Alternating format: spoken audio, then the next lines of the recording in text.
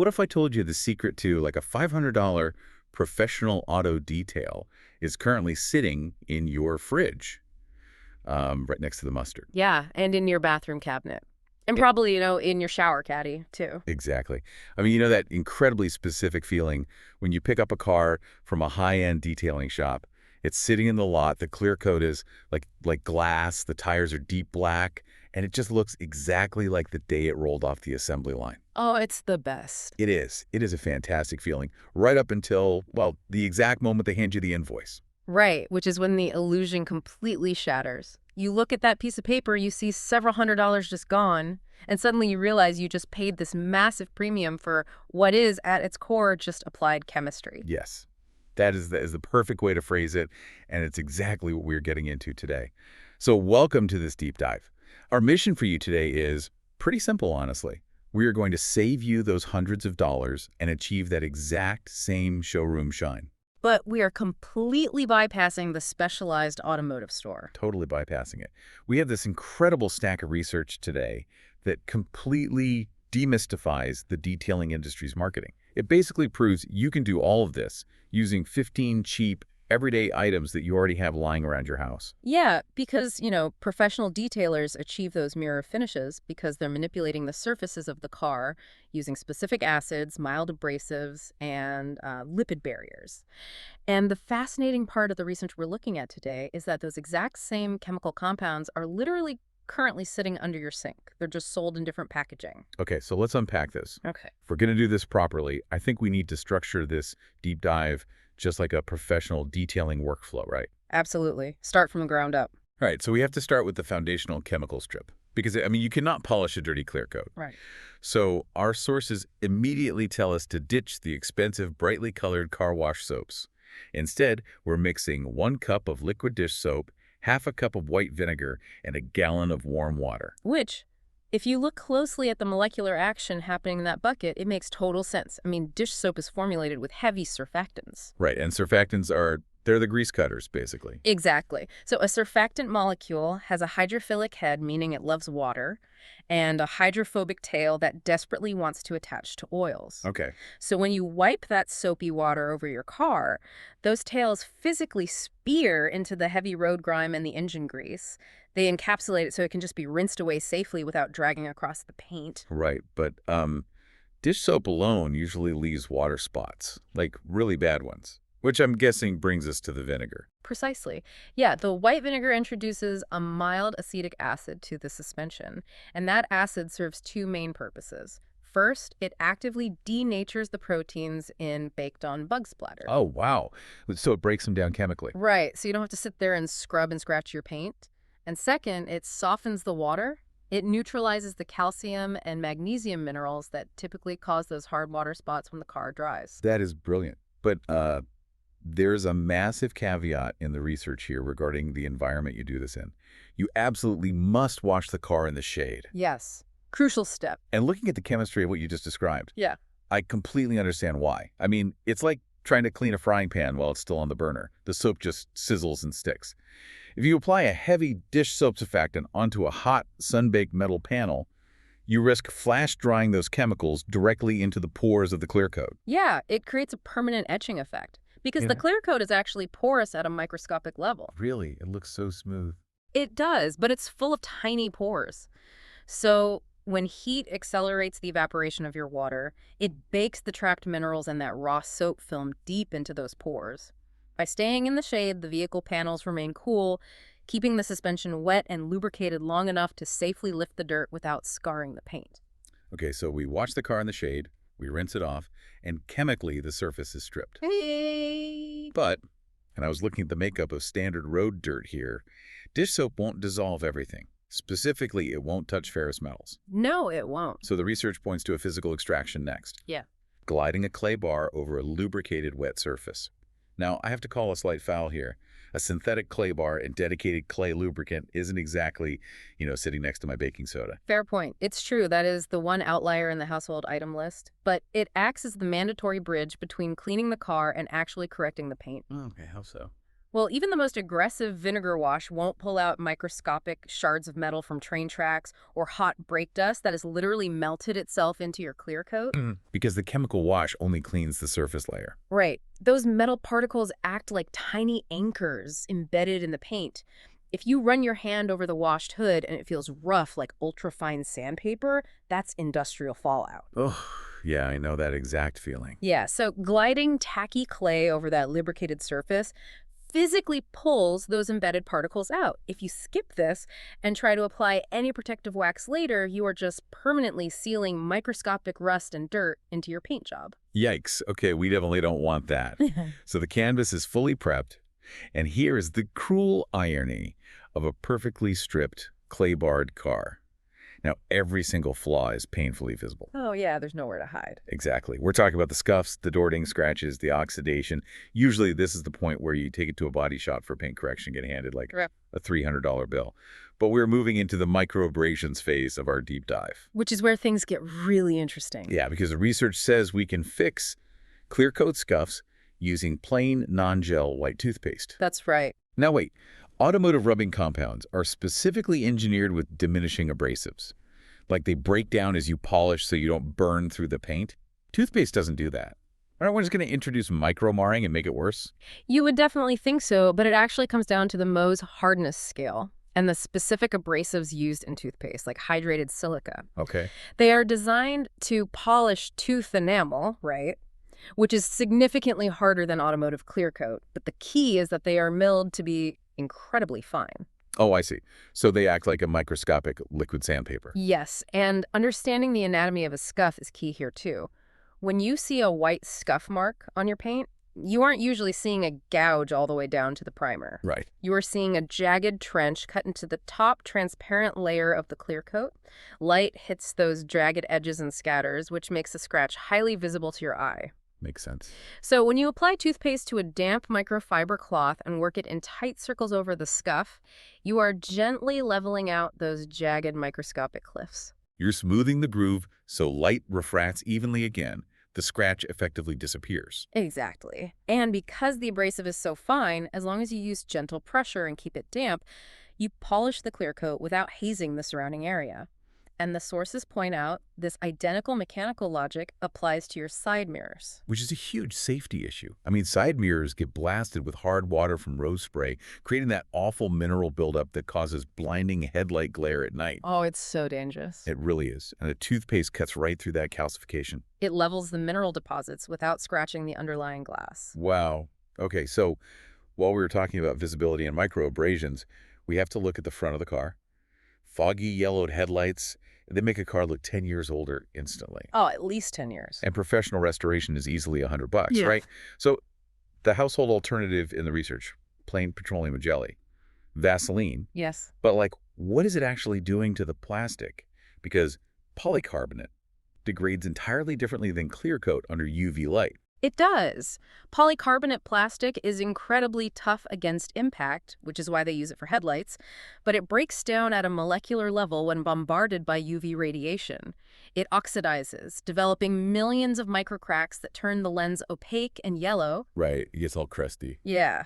So petroleum jelly is composed of complex hydrocarbons.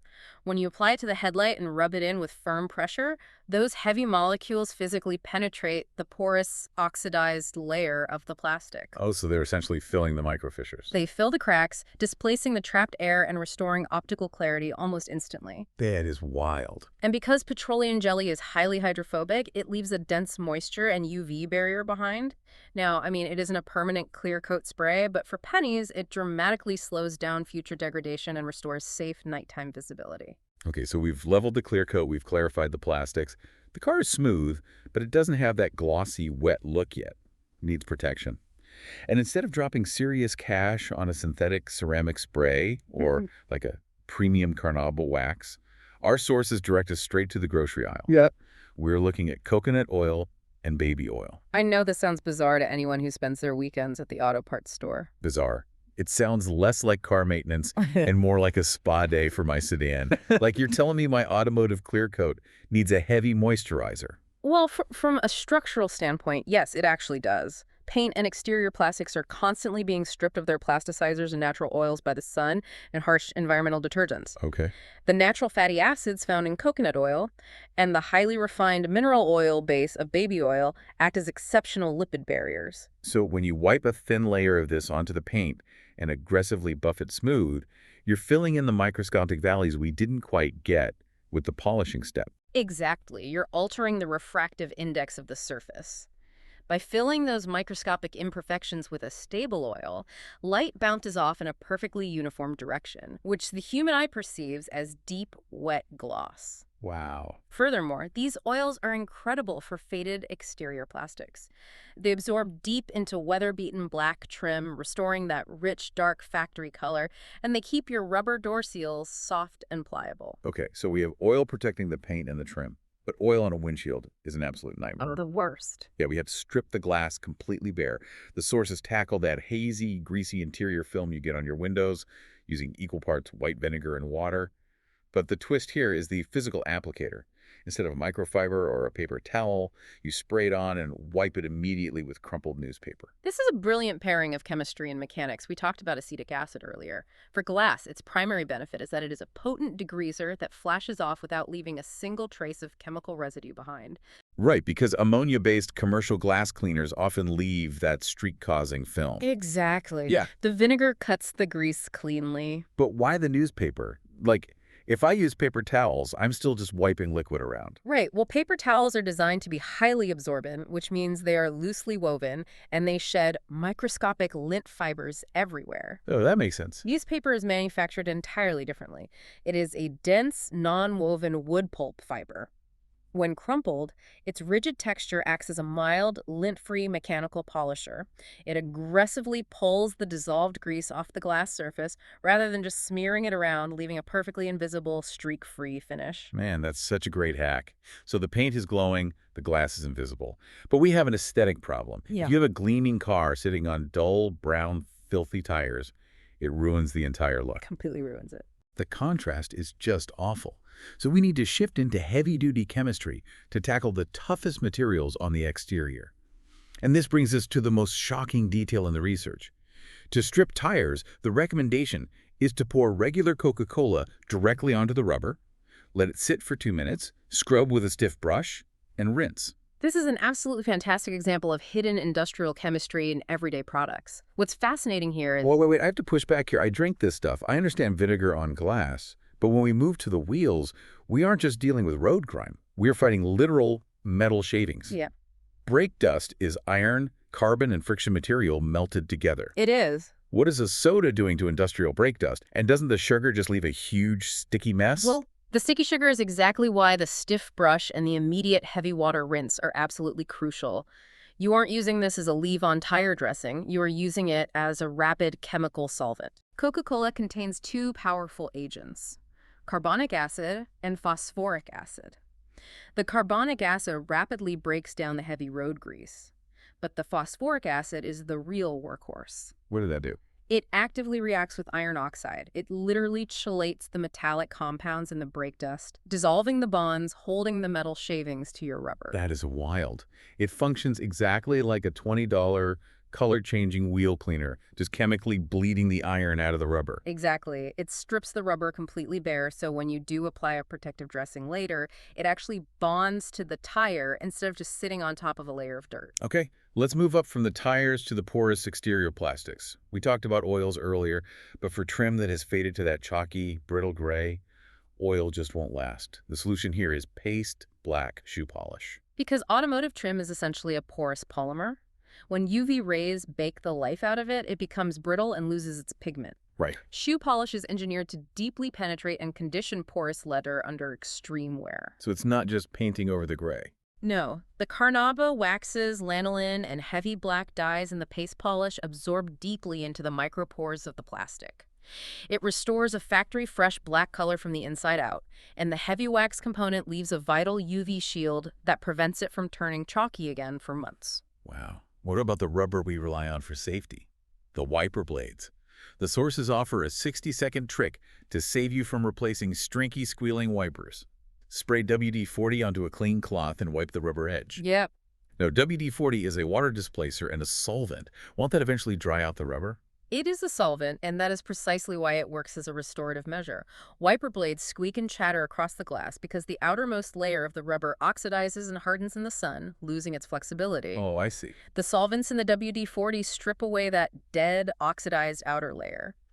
Meanwhile, the light petroleum distillates temporarily soak into the fresh rubber underneath, instantly restoring its flexibility so the blade can flip and glide smoothly. That's amazing. It is a stopgap measure, certainly, but it can easily extend the life of a dying wiper blade through an entire rainy season. Okay, so the exterior is completely leveled, corrected, and shielded. But a pristine clear coat doesn't mean much if, the moment you open the door, it smells like stale French fries and the dashboard is cracking from UV damage. No, it ruins the vibe completely. It really does. We need to look at the chemistry of the cabin. To get professional extraction results on floor carpets, the research points to a $3 bottle of regular hair shampoo mixed with warm water until foamy, rather than specialized automotive upholstery foam. Which is brilliant because if you look at the chemical engineering behind hair shampoo, it is specifically formulated to target sebum human oils and lift dirt without damaging delicate protein structures. Right. Your car's carpet is basically a giant sponge for heavy oils, asphalt binders tracked in from your shoes, dropped food, and skin oils. So the shampoo surfactants bind to those specific heavy oils just as effectively as a commercial interior cleaner. Yes, you scrub the foam into the fibers, it encapsulates the greasy dirt, and the built-in fragrances physically neutralize the trapped odor molecules instead of just masking them. You wipe it away with a damp microfiber, and the carpets are remarkably clean. And for the hard surfaces, the dashboard, the center console, the steering wheel, the sources suggest avoiding interior detail sprays entirely and just using baby wipes. Dashboards and vinyl consoles are incredibly sensitive to outgassing. If you use harsh, alkaline, all-purpose cleaners, you strip the essential plasticizers out of the vinyl. Oh, and that is what causes dashboards to split and crack under the hot sun, leading to a massive repair bill. Exactly. Baby wipes, however, are infused with amphoteric surfactants. Meaning they are incredibly mild. Very mild. They are skin-safe, low-impact cleaners. They are strong enough to break down the natural hand oils transferred to your steering wheel, but gentle enough not to dry out the vinyl. That's so smart. And furthermore, they leave a slight, non-greasy, anti-static layer behind. This physically repels future dust, keeping the cabin looking detailed for much longer. To seal this entire process up, we finish at the perimeter. The dry out over time. They do? It causes annoying wind noise on the highway, water leaks during heavy rain, and in the winter, the rubber freezes directly to the metal door frame.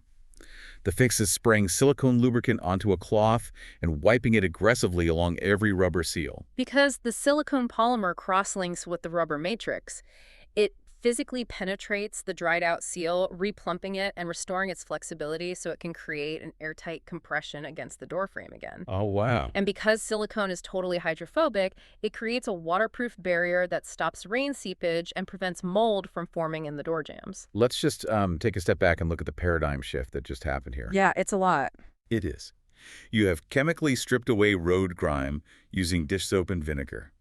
You have leveled out clear coat scuffs using the toothpaste from your bathroom. You've created a deep lipid barrier for your paint using the coconut oil from your pantry, and you're literally chelating industrial brake dust off your wheels using the Coca-Cola from your fridge. It's pretty amazing. The journey we just walked through completely upends the traditional approach to vehicle maintenance. You have literally just saved yourself hundreds of dollars by simply rethinking the chemical potential of your household cabinets. It really forces you to look past the marketing labels and understand the actual mechanics of the products you own. Absolutely. So we have to ask you, how many of these chemical overlaps did you already know? Was it the toothpaste polishing the clear coat or the soda dissolving the metal shavings that shocked you the most? Definitely try these out this weekend because your car and definitely your wallet will thank you. And it leaves you with a fascinating question to mull over long after your car is parked. If everyday household items, the toothpaste we confidently put in our mouths, the baby oil we safely rub on our skin, the soda we happily drink, contain the exact same potent chemical properties required to dissolve metallic brake dust, level hardened clear coat, and strip industrial road grime. Wait, what does that tell us about the profound hidden chemical power of the mundane items we take for granted every single day? Wow. That is definitely something to think about the next time you pop open a can of soda or brush your teeth. Yeah. You are handling industrial-grade chemistry. Thank you for joining us on this deep dive. Go detail that car, save some serious cash, and we'll catch you on the next one.